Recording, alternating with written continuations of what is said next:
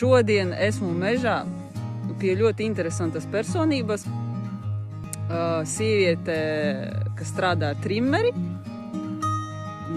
Intervēšu viņu. Čau! Čau!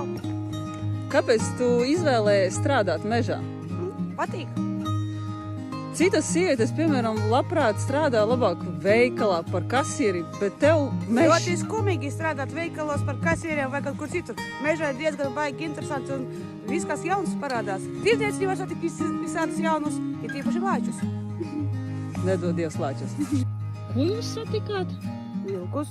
Vilkus satikāt? Bija pa 2 cilvēki pazuduši. Jau gājām uz palīgu ar robežsargi, kam bija caurlaidis, lai palīdzētu 2 cilvēkiem atrasties.